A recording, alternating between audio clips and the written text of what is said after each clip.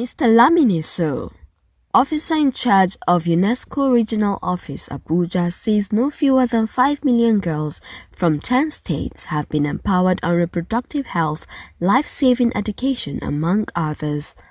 Sow said this at an interactive session with girls from selected schools in the FCT on State of the Nigerian Girls.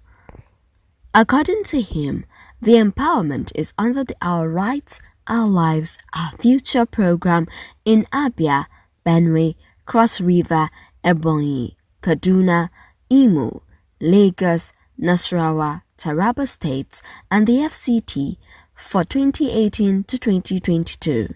The program has raised awareness through advocacy and sensitization to duty bearers, build the capacity of teachers, developed resources to address school-related gender-based violence, and integrated indicators to monitor progress in the educational management information systems.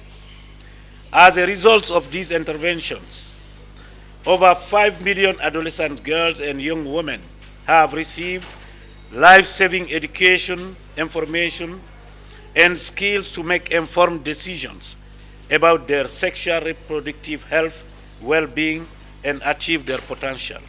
According to UNICEF Mix 2021 reports, in Nigeria, both boys and girls complete primary school at 73%. At junior secondary school, boys complete 2%, higher than girls, which stand at 69%, and 67% of females.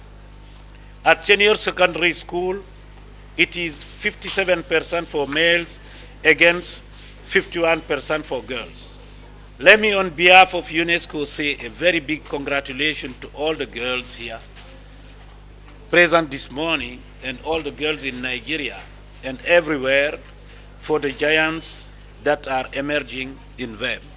On her part, Ms. Ulamuela, resident representative, United Nations Population Fund, said early marriage and unplanned pregnancies were biggest risks to girl-child education and development in Nigeria. I want to congratulate UNESCO for having this meeting today to commemorate this important celebration and greet the Minister of Women Affairs and the representative of the Ministry of Education, because they have a very, very important role in making sure that all girls stay in school. If for some reason they leave school, they can come back. And if they can't come back to school, they have some form of education. And we're very happy to be working together, supporting those important policies to make sure that no girl is left behind. Also, Dr. Folakia David, Director, Basic Education, Ministry of Education, urged state governments to domesticate and implement gender policy on education. In the Federal Ministry of Education, we are also making efforts. We are not relenting to ensure that girls have a good today and a better future. Policies have been put in place. We have the gender policy, the national policy for gender, to ensure that all children, including girls, are not marginalized in the situation for education, that we are all enrolled in school, we are retained in schools, we keep attending schools, and we are learning, not just going to school, but to ensure that we are learning. We also put in place policy. Policy also has a lot of things to ensure our safety in school as well. That's another policy that we have, to protect the interests of girls, to protect the interests of all children, and particularly girls.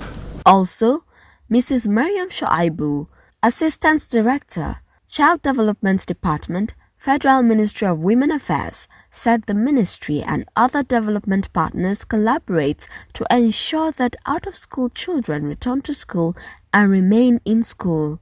The ministry carries out intervention on promoting girl-child education, children's empowerment to give voices to both children, girls and boys, promoting menstrual health and hygiene management in schools and out of school, promoting adolescent health and child health, drug abuse, substance abuse among women and children.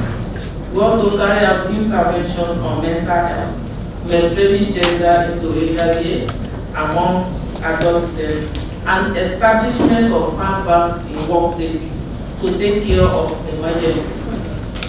And I want to also use this platform to state that the Federal Ministry of Women Affairs and UNESCO has a lot to do in common together so that we can focus on addressing issues that concern children. Ms. Dauda, 10-year-old Basic 5 pupil, appealed to the government to improve access to education for the girl child, especially out-of-school children, and address insecurity. I want the government to help the Nigeria girls. Anytime they see the Nigeria girls roaming about, they don't have school, they don't have parents, please, they should help them. They should enroll them in school so that they can have education and become a better thing in life. And they should bring a lot of security, because sometimes you go to the police station, you ask them to do something, but they'll say they can't do it. Please, the government should help us and bring more securities.